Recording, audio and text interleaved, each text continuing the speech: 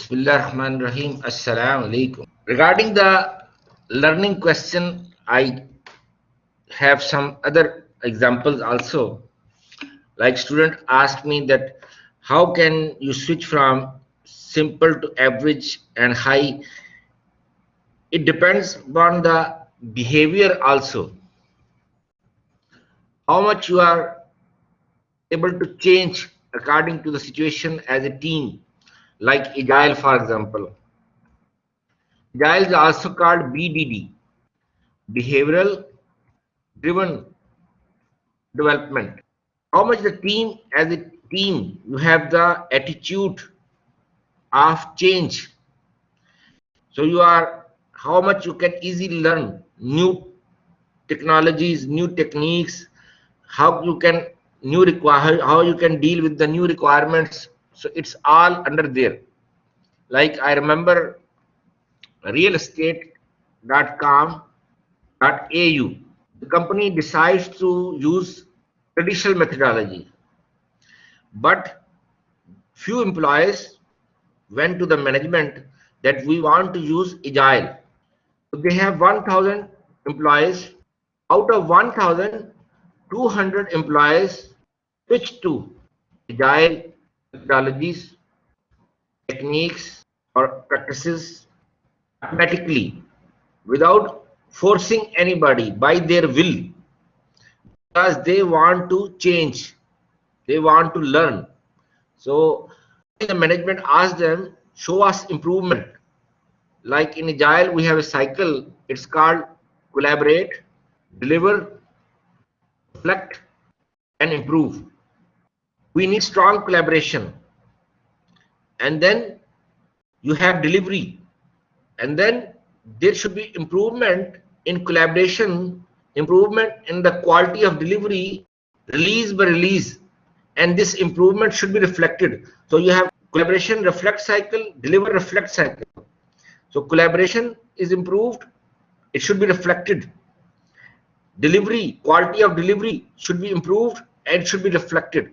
So management asks them to show improvement in the quality of delivery and the quality of collaboration, improvement in the collaboration. And they successfully implemented Agile. Out of 1,000 employees, 200 members are automatically switched. So this is something to explain you. So it depends upon the attitude of the people. Then in the design phase, you have design specs. Design specs also has another name in the software companies. What is another name of design specs? We call it technical specs. Technical specs. Design specs or technical specs. Sometimes functional specs and design specs together are called technical specs. Functional and design specs together are called technical specs, or sometimes design specs are called technical specs. So software companies industry use this term, design, technical specs, functional specs. So under the design specs, you have interface designing, in which you have UXD technique. UXD, what is UXD? Yes, user experience design. Very good. And you have HCI techniques, human computer interaction techniques, how to make your interfaces user friendly for the user. That is the reason we use UXD, user experience design. And then rest of the data modeling, the schema. Normalization we do in design, ERD we do in functional specs. And then you physically construct the database, tables and feeds, internal schema. And then you use hierarchical charts to have the functional decomposition. And you have algorithm designing techniques, like one student said flowchart. Here we use pseudocode, flowchart, decision table, decision tree, NS diagram. There are 5 techniques. NS is the scientist's name, Nessie Shuderman diagram. Flowchart is the most widely used technique for algorithm designing. So that is your design specs or technical specs. Then we move to implementation. Implementation plan, you have code, test, maintain, deployment. In the code, you have programming techniques. You can use structured, object-oriented, event-driven, declarative. There are 4 programming techniques available in the code. You can use structured, object-oriented, event-driven, declarative. Any question? Otherwise, I move. And you can use to do coding in terms of Agile. You have pair programming technique. What is the idea of pair programming? Yes, how we achieve high quality. 2 minds are better than 1. So 2 programmers work on 1 machine. One will code, other will test, because you are not the best guy to test your code, because your code is your child and you will not see mistake in your child. It is your product. But other person has neutral opinion. He will scan it, ultrasound it, and will identify mistake. And when you are writing the code, he is not sitting there to have chatting with you. How is the weather? How is the condition in Afghanistan or in Syria or in Saudi Arabia? He is preparing test cases for the next release. And then you will code, he will test. While you are coding, he is working on the test cases of the next release. That is the concept. It has pros and cons. If the 2 programs, they are synchronized, they have same school of thoughts, then it's good, productive. If they have different school of thoughts, then there is a conflict. They will hate each other because they are not synchronized with each other. So instead of improving in quality, there will be low productivity, low quality. And then you have a technique, it's called code refinement, or we call it refactoring regarding the code. What is the concept of refactoring? Sultan Saifuddin? Okay, so basically you have a running in code, bug free, but you want to optimize it. We have code refactoring and we have data refactoring. Code refactoring means improve the code without changing the design. Data refactoring improves the documentation without changing the code. And then you have a technique, it's called code ownership. There is a code owner, that the programmer who writes the code, he is the owner of that code. So code ownership is an approach in which only the code owner can change the code if somebody is recommending that this code is not optimized or it's not covering the functional requirements. It is the owner of the code, yes, correct. Or when you integrate in the repository, in the software configuration management system, like we have Visual Source Safe, SVN, we have GitHub. GitHub is used for distributed development, distributed teams. SVN, subversioning system. Visual Source Safe is Microsoft. We have CVS, concurrent versioning system. These are all software configuration management systems. Like any team member, you have to integrate.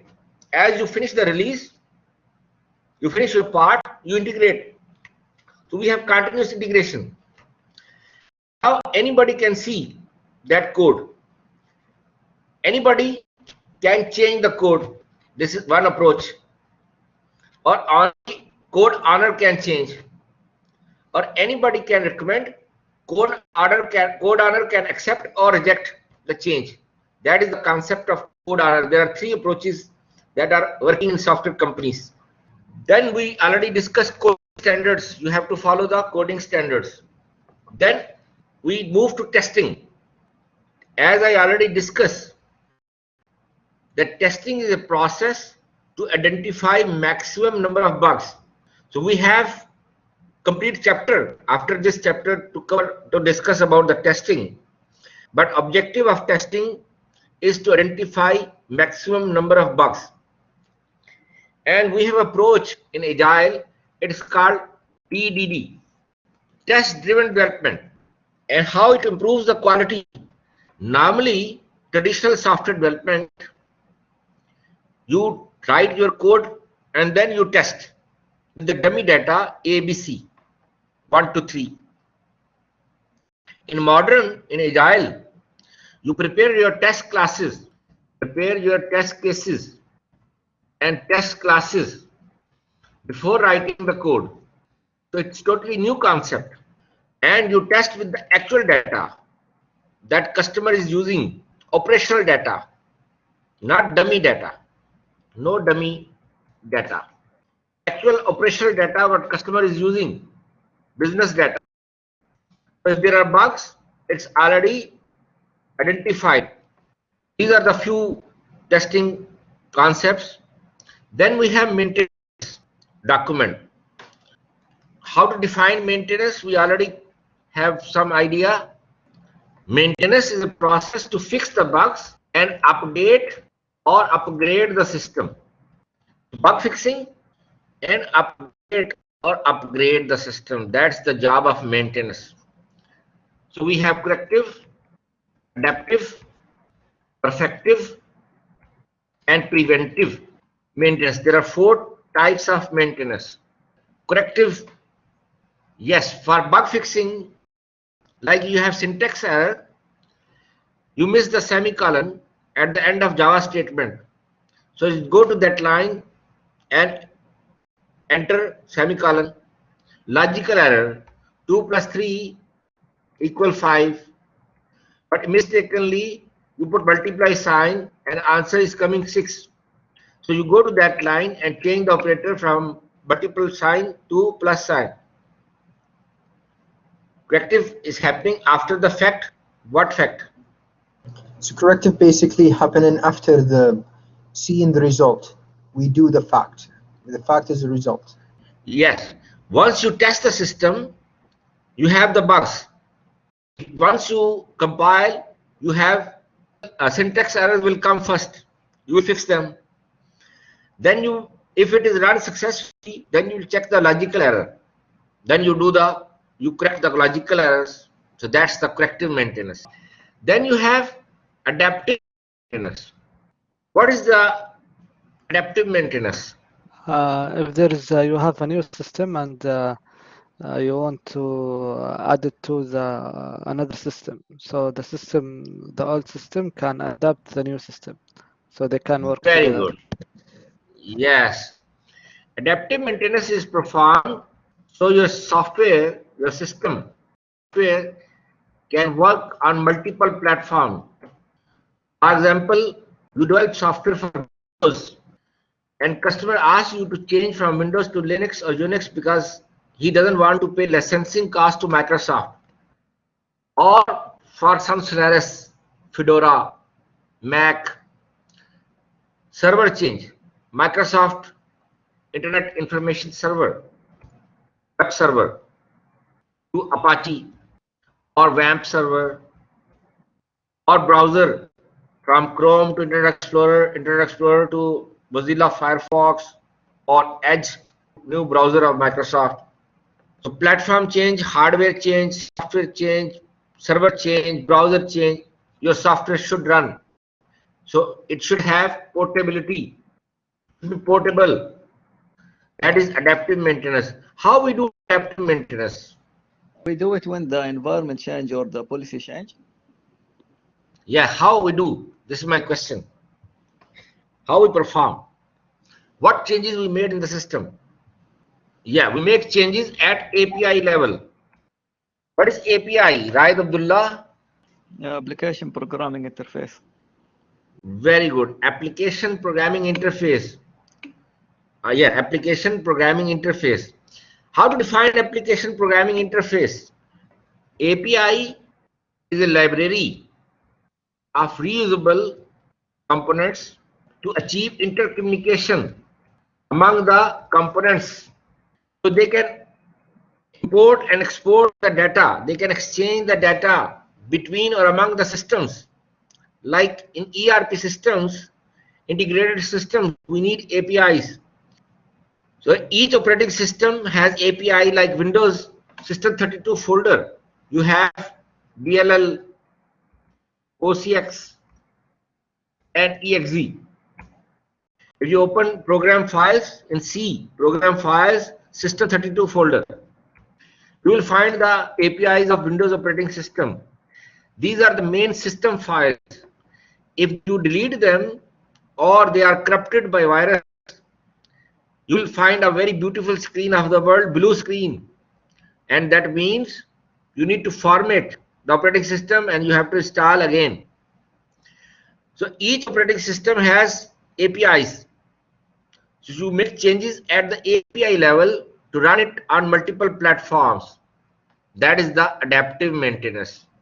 So there will be a bridge between the systems or among the system like MADA, like Upshur, like SAP you integrate with the existing systems, or SAP is very expensive. So you have few modules in SAP and new modules you purchase in Microsoft Dynamics, which is the cheaper one. So you need APIs to communicate between SAP and Microsoft Dynamics or Oracle. Like Java is portable. Then you have perfective maintenance. Second part of maintenance, update and upgrade. Update or upgrade is covering the perfective maintenance. You continuously receive updates from Windows, from Oracle, from Adobe, from iPhone. Upgrade, you change from old system to new system. Try to complete the system. You try to make it as complete as much as possible to achieve perfection. There is nothing perfect except Allah. But we try to achieve perfection. We try to achieve high quality. You try to achieve features, new features, what customer demands. So you are continuously doing updates. And preventive maintenance we already covered. To improve the quality of software after 5 years, 10 years, 20 years, 30 years, legacy systems, the quality goes down and you need to perform preventive maintenance. Then you have deployment. Deployment has another name. What are the other names of deployment? Implementation. That is all implementation. We call it shipment. We call it deployment. We call it shipment. We call it installation. These are alternative names. Most commonly term is the shipment or delivery or release to the customer. So that's the, or sometimes we say publish, as Ahmed Adil said, it's published to the server. So we have deployment techniques, we have direct, we have parallel, we have pilot, and we have phased. What is direct? We stop working off the old system and start using a new system. Parallel, we keep on using the both system, old and new, but extra cost, extra effort, resources. If new system failed, we still have the data in the previous system, which is also still running. Yes, at the same time. Pilot, like pilot flame of oven, we test system.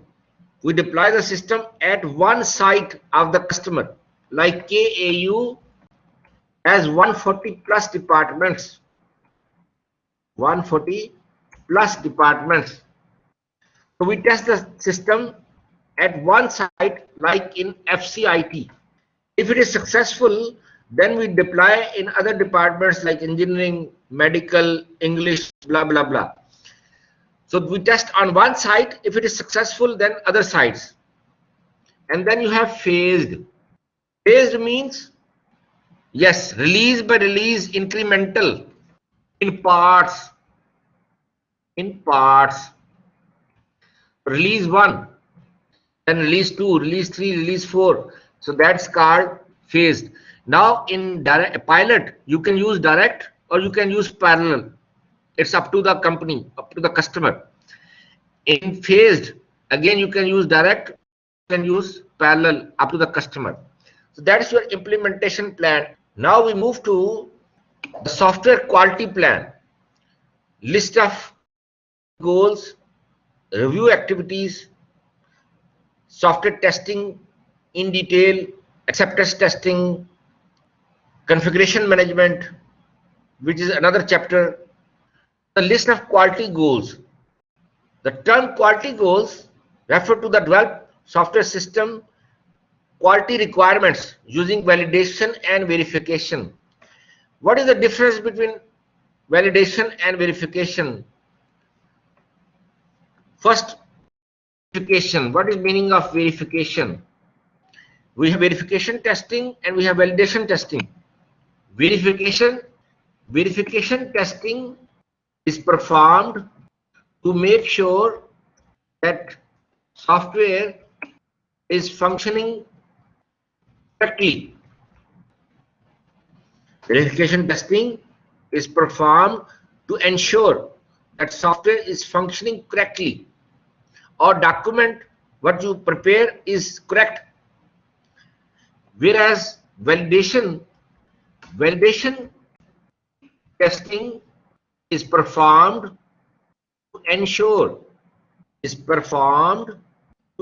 that software is functioning according to customer requirements.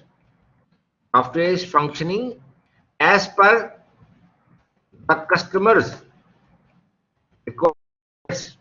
Like when we do coding, first we verify it's working, then we make sure it is working according to customer requirements.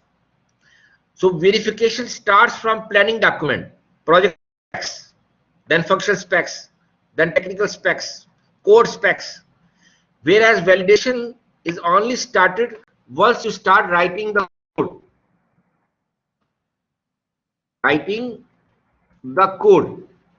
Jazakallah khair. Thank you very much.